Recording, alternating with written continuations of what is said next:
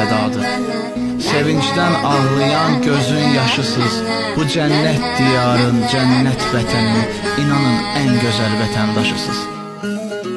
Çəkilin, qazi gəlir, Allah razı gəlir, yolunda qurban kəs ver, nəzir niyazi gəlir.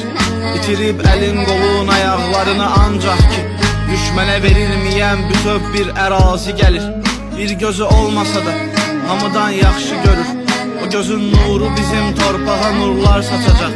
Ayağın birin kəsiblər, o birinə mil qoyulur, çağırsa yenə də vətən düşmənin üstünə qaçacaq. O həmin qazidir ki, şəhidlik arzusundadır, ağlayır halına yox, dostları şəhid düşüb.